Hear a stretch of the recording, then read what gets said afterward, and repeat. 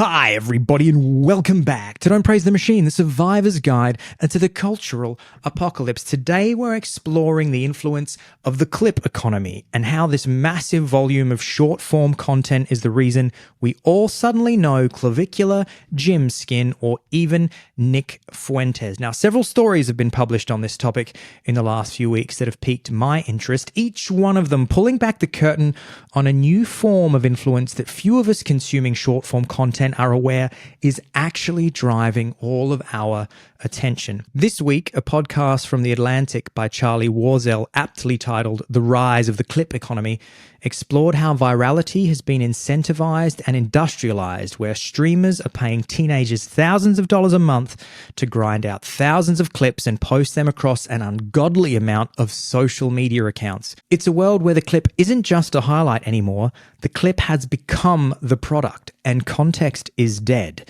Now, normally I'd be breaking this down with the number one tenured professor of podcasting, John Jr. Boost Maloney, but this week we're doing something a little bit different. John is taking a breather from the digital trenches, but will return ASAP, and so I'll be exploring this algorithmic wasteland with you solo. We're going to go deep into the recesses of the Clip Economy Discord servers, and by the end of this episode, not only will you understand just how inorganic a lot of these rises to fame are, but just maybe you can use some of the tactics with your own content.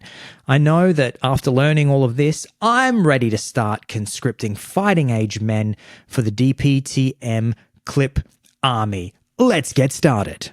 So before I get into the clip economy with you guys this week, I first want to give a shout out to a article, or rather podcast, which contained a lot of this information and was super inspiring and helpful, and that's the Charlie Warzel podcast at The Atlantic, and he interviewed Ed Elson and also YouTuber Deon Nash, who had a YouTube video called Exposing the New Manufactured Viral Content Economy that came across my feed this week and was also super interesting at pulling back the curtain on what is going on with a lot of the clip economy, which I knew something about, but I had no idea how industrialized it had become. And it's super interesting, particularly when you hear about it and you understand actually what's going on and why suddenly a person like Clavicular, who nobody had heard of 6 months ago, is a household name, at least in the somewhat online world. People like Gymskin, who I had never heard of until 2 months ago, and suddenly he's everywhere. And then even more controversial figures like Nick Fuentes and Andrew Tate, who really, especially Tate, is really the one who pioneered a lot of this clip economy. Certainly the incentive structure, he seems to have been one of the people who pioneered, and we will get into that. So first of all, what is the clip economy, or what is clipping, and how does it perhaps differ from other forms of short form content? So essentially what clipping is it's taking a long form piece of content, like a podcast. It could go for 30 minutes, an hour, 2 hours, 4 hours. It could be a live stream. It could be somebody who's walking around the streets of Miami for 6 hours on video. And then what it is you have that long piece of content, and then somebody will come in and they will decide, okay, these are the highlights, I think, of this piece of content, and I'm going to chop them down to 15-second, 30-second, a minute, maybe 2-minute or slightly longer clips, and I'm going to upload them to TikTok. I'm going to upload them to Instagram. I'm going to upload them to, I've seen loads of clips of people on X/Twitter as well. And you can start to understand that as TikTok became more popular, and as the TikTok algorithm and TikTok pioneering this form of short form video that everybody else has adopted now, Instagram Reels, YouTube Shorts, etc., you have this platform where there's a ton of attention. And so if you are a person who is recording a 4-hour-long podcast, not a lot of people are going to have time to listen to that 4-hour podcast. Where is all their attention? Well, a lot of people are just sitting on TikTok or Instagram all day. And so if you clip out the highlights of your 4-hour podcast and you just chuck them on Instagram or TikTok, then suddenly you have access to this audience who are just now mostly consuming through short form video on TikTok, for example. So you could have a 4-hour podcast and there might be a really there could be a part of that podcast which is incendiary. That always works, some type of outrage, and somebody comes in and clips out 30 seconds of somebody saying something outrageous, throws it on TikTok, and it blows up. What's very interesting about the clip economy is who is doing the clipping and why they are doing it. And perhaps I can go back to Andrew Tate and what he did with his rise to fame and how he was able to utilize this and create a kind of incentive structure to sell his courses many years ago. Well, not that many years ago, some years ago. So Andrew Tate, who is definitely a household name now, he had this thing called Hustlers University that he was selling. I don't know how many hundreds or thousands of dollars it was to get in, but Tate would do long form podcasts and things like this. He would do a lot of interviews and he would post his own videos. And then what Tate told his followers was, if you clip my interviews, if you clip my videos, if there's any content of me out there that you have access to, if you take it and edit it yourself into short form content and then you start posting it on TikTok, if you register with my company, you register with Hustlers University, you can get a referral code and you put that referral code in the comment of the clip that you are posting. And if anybody buys my course, my Hustlers University, through that affiliate link, I will give you a commission of the sale. So suddenly there's this incentive structure for people to go through Andrew Tate videos, pull out the bits that they think are going to go the most viral, or perhaps the bits that they think are likely to eventually sell his Hustlers University course or community. And then, of course, they start flooding TikTok and Instagram with these Tate videos with the affiliate link that, if clicked on, will pay them a commission. So suddenly you can make real money if you get quite good at clipping.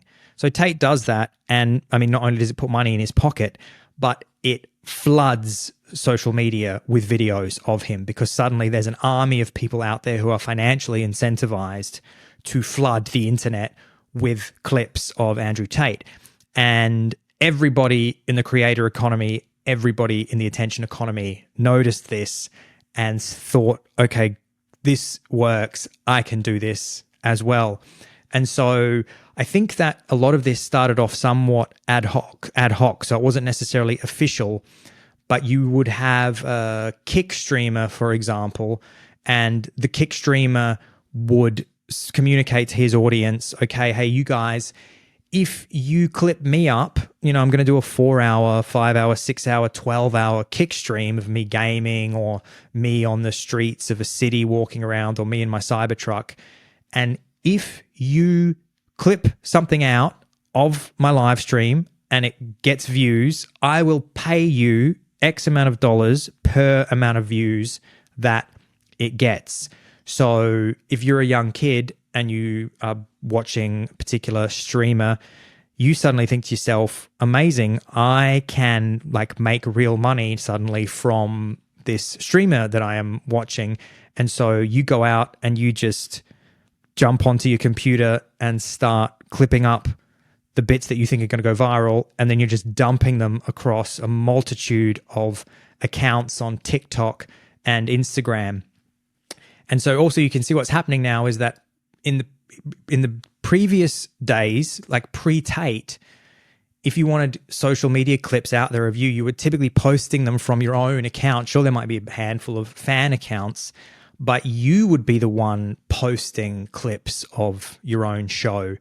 I know that's the case with me and John. Me and John have never employed clippers, we've only ever posted from one account, which is our own account, whereas this new model utilizes a huge amount of volume of what are sometimes called burner accounts. People would just start a brand new account on TikTok and start posting these videos. Of course, the other reason this works now is because we've moved away from the days when follow account was really important. All that matters now is can you get people to stay on this video and watch it? You can start a TikTok account right now. I could start a brand new TikTok account right now with you on here, no followers, post one video. If that video interests people and they start watching it, it could just get millions of views. So people are setting up all these different accounts and just posting clips, and it's making superstars out of people. So let's dive in a bit into how this works, the nuts and bolts of it. And again, shout out to Deon Nash, the YouTube video exposing the new manufactured viral content economy. Check that out if you want an even deeper dive. He really explains what's going on. But you have to think about it like this. What's happening is there is typically a Discord server. The Discord server, it will be called something like, clippers. Come in here and you can be a clipper. You can join the Discord server, and then representatives of somebody like Clavicular will come into that Discord server and say, hey, here is our offer. Here is the campaign, paying 75 cents per 1,000 views. You happen to do a clip that goes viral and gets 1 million views. That's $750. That's pretty good scratch for a little bit of clipping. You can obviously up your chances of getting those views the more clips that you make. So it's also a numbers game. So you can sit around and make clipping your full-time job. And people that are getting good at this, particularly young lads that are in these servers and know these content creators, are now making this their full-time job. And you can imagine as well, if you are in a developing country and you're getting $750 for 1 million views, I mean, that's good scratch. But this also explains why you're starting to see people like Clavicular everywhere. Now, you might have thought, oh yeah, I guess Clavicular's just putting out a few clips of himself, or he must just be really interesting or really good at looks maxing. No, he's flooding the algorithm because he's paying people a shitload of money to put him everywhere. And Kick, the streaming platform itself, has now done official partnering with some of these Discord servers where they themselves are facilitating a lot of these campaigns in an official context. And Deon Nash brought up a screenshot where he was showing the official Kick numbers from how many clippers there are out there clipping for these various influencers and content creators, and how many videos are getting put out there. And so I will just pull this from Devon's video. So here is the official Kick clipping partnership statistics for 1 month. This is from the 5th of March to the 5th of April. And the most clipped and streamed content creator is Clavicular. And he has, across all the videos that were clipped of him, 2.2 billion views. 2.2 billion views in a month of short form content from how many videos, how many short form clips of Clavicular were put out there through the official Kick clipping partnership? 69,550. 69,000. So nearly 70,000 short form clips of this one dude in 1 month being spat out through thousands of social media accounts across YouTube Shorts, TikTok, and Instagram, and officially 1,610 clippers. So a clipping army of 1,600 people who are putting this guy's stuff out at an insane rate. And you can start to imagine that it's obviously not just Clavicular, it's all of these people who now need to do this to game the algorithm, if you will. Some would just call it marketing. Some might just say it's just volume marketing. But this is the game now. I mean, it's funny thinking about this because me and John have tried to get our podcast in front of people, and the way that we have always done that is that I go away and spend hours cutting out our own clips and putting them out through the Don't Praise the Machine TikTok and Instagram accounts and YouTube Shorts. And you can see what we're up against and how this is just not the game that we should be playing. That, you know, if you really want to start getting in front of people, you need to come up with some kind of clipping incentive structure like this. Oh, wow. It's funny. I'm just looking now. Number 3. It's so crazy looking at this because I'm looking at the Kick chart right now at the various streamers, and it's crazy how it really does correlate. The top people correlate with all these people that I'd never heard of a month ago. So number 1, Clavicular. Number 3 is Gymskin. Gymskin, 812 million views, 30,000 videos, 787 clippers. Man, oh man. So if you are suddenly just familiar with somebody, this is largely why you suddenly know them. Now, another thing I want to touch on is how these tactics are being used, not just with Kick streamers, not just with podcasters, but in music as well. And there was a story in the last couple of weeks about a band called Geese who were suddenly everywhere. And, well, actually, they weren't suddenly everywhere. I think it was their 4th album. But there were a few people who were suspicious as to why they were suddenly so ever present with their 4th album. And it did really well, and it was everywhere. A few people were wondering if this was organic or if there was a puppet master behind pulling strings. And it turns out there's this marketing company called Chaotic Good who Geese, or Geese's record label, employed to do a campaign for them. And what these campaigns look like these days is what looks like organic TikTok or Instagram videos being made by fans, and you might even recognize the format. There's probably a viral format that's kicking around at the time with a quote on the screen or something that you would recognize, and there'll be the song of this band in the background, and you would think, oh, this is just this girl has just likes this song and she's just put it on her video, or oh, this is the 3rd time that I've seen this song this week.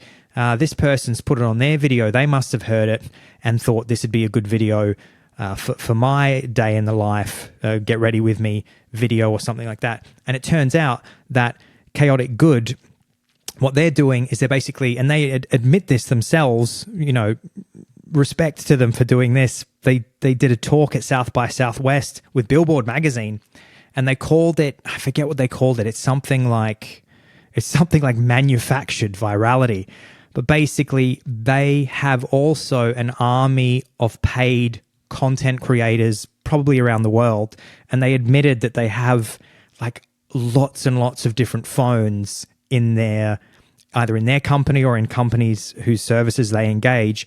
And again, they pay people to post what looks like native organic content, but it's part of a very strategic campaign, and it works because it floods the algorithm with this type of content. They also know, okay, this particular format is doing really well on TikTok at the moment, so we will get the people that we pay to put this content out there, we will get them to put 10, 20, 30, 40, 50, 100, 500 videos of this out, and then suddenly this song by this band is just everywhere and becomes a trending audio on TikTok. Now, some people have said, that's gross.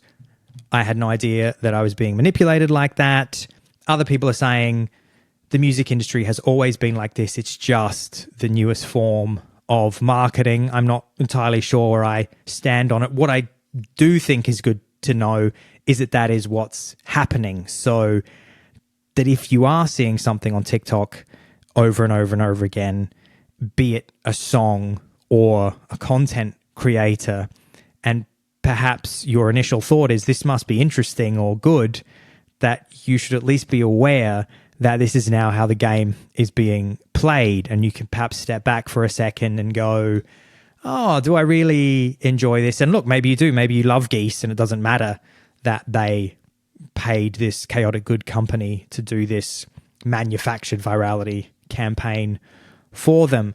But I mean, this is super important if you are a content creator in 2026 like we are, and you want to start using clips to get yourself out there, then, you know, this is something that you would really need to consider. It's just this volume game, you know? Like, I don't have time to, man, it takes me forever to do clips of our show, which is kind of why we stopped doing them. But this also sort of comes back to another point about what the purpose of the clip is. One of the reasons we stopped doing clips is because they just didn't result in more podcast subscribers, which didn't 100% surprise us, because the kind of people that are scrolling through TikTok are not necessarily the type of people who are going to go, oh, I love like scrolling through 1,000 TikTok videos and watching them for 30 seconds, but I'm also going to move over to Spotify and subscribe to your 45-minute podcast and listen to that. So it just wasn't translating to new YouTube subscribers or podcast subscribers. But the interesting thing that's happening now, and Ed Elson, who was on the Atlantic podcast, what he alluded to as well, is that a lot of people now just aren't interested in consuming any of the original source material that the clips have come from, and that content creators now need to start thinking about that. And what does that mean for the type of content you create? Or at least you should have some understanding of the fact that so many people now, particularly younger people, they just are consuming clips. So Ed Elson, he's on a podcast with Scott Galloway, called the Prof G podcast, and he told an anecdote about how somebody came up to him and said, oh, I love your show. And he said, oh yeah, you're a big fan of the podcast. And the person was like, no, I never listened to the podcast. Person probably didn't even really know about the podcast. He just knew the clips. And he said, I love your clips. And then this Ed Elson had this realization that a lot of their audience now is just consuming them in these 30-second bites and will never subscribe to the podcast or listen to it. So, you know, I guess in that case, you know, they sell ads on their podcast. That's how they monetize. But it's an interesting challenge if you make your money through advertising on a podcast, but people are just watching clips. Well, how can you monetize that attention? And so, I mean, in terms of a lot of the people who, I mean, like you take Clavicular, for example. I think Clavicular is making a lot of his money now through his Looks Maxing course. So, of course, for him, it doesn't really matter if it's a 30-second clip. He just needs his face out there so that people can be familiar with him and eventually buy this product. You know, there will always be some people that will come over to your long form from your short form, but it's actually a lot harder than you might think to get people to commit to your long form podcast just through TikTok videos that they've seen. I mean, we've had TikTok video. We've like over 1 million. We have over 1 million views on our TikTok channel, and we didn't get one subscriber from it on any of the platforms that we monitor. Like, you just couldn't see any noticeable movement, you know, in the long form at all. But, you know, it does get your face out there. Maybe if we got 10 million, 20 million, I guess if we got 100 million, 200 million, if we were like Clavicular and we got 2.2 billion short form views in a month, then I'm sure that it would translate to a few more subscribers on Apple Podcasts or YouTube. But this is the game now, and this is clipping. And it is a fascinating new world of people out there putting out. I mean, that Clavicular statistic is bananas. 2.2 billion views in a month from almost 70,000 short form videos. Man, imagine, John, I'm sending you a message, John.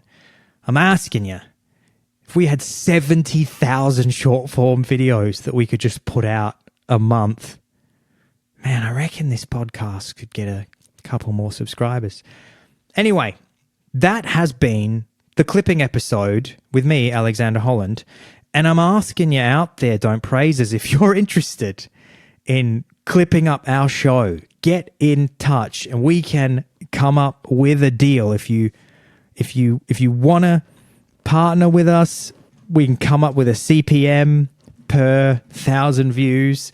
I'm actually not entirely kidding about this. If anybody has clipping abilities out there and wants to get in touch with us, I don't think I'm organized enough to set up my own Discord server for this. But just reach out. You can email us at hello@dptm.org, or you can shoot us a DM on the Instagram account and say, hey man, I clip and I'd love to clip for you, and we can come up with some sort of deal whereby we will pay you per 1,000 views that we get across these platforms. Because man, there's absolutely no point in me wasting any more time trying to make one clip per week of our podcast versus 70. Well, that would be four. That'd be four. If I did one a week, that'd be 4 a month versus Clavicular's 70,000 videos, or Gymskin's 30,000. Bevo is on here, which I can't, man, who the fuck's clipping Bevo? That's Asmon Gold, Sneeko. I know a lot of our listeners know these names like I do. HS Tiki Toki, Academics. Man, some familiar names here. Gymskin episode is going to be coming up as well, although the Gymskin episode will now be tainted by this information that I've learned, because I was seeing a lot of Gymskin in the last couple of weeks and I thought that it was organic. And it's not. Nothing's organic anymore. The internet is fake. Everything's faked. Everything's gamed. Everything's paid for. And that's why you all out there need this survivor's guide to the cultural apocalypse. If you would like to support the podcast, the best way to do it is the Patreon, ladies and gentlemen. Patreon.com/DPTM, or just Google Patreon Don't Praise the Machine podcast. You get the episodes one day early, and you get a bonus once a month Don't Praise the Machine After Dark episode that's members only. And there's a few more bonuses depending on which tier you pick. As we always say, choose the tier that's right for you and your family. Thank you so much, everybody. Big shout out to my man John Maloney, who's going to be back with me very soon. I feel like he would have had a lot to add to that clipping episode. Maybe we will revisit clipping as the clipping economy continues.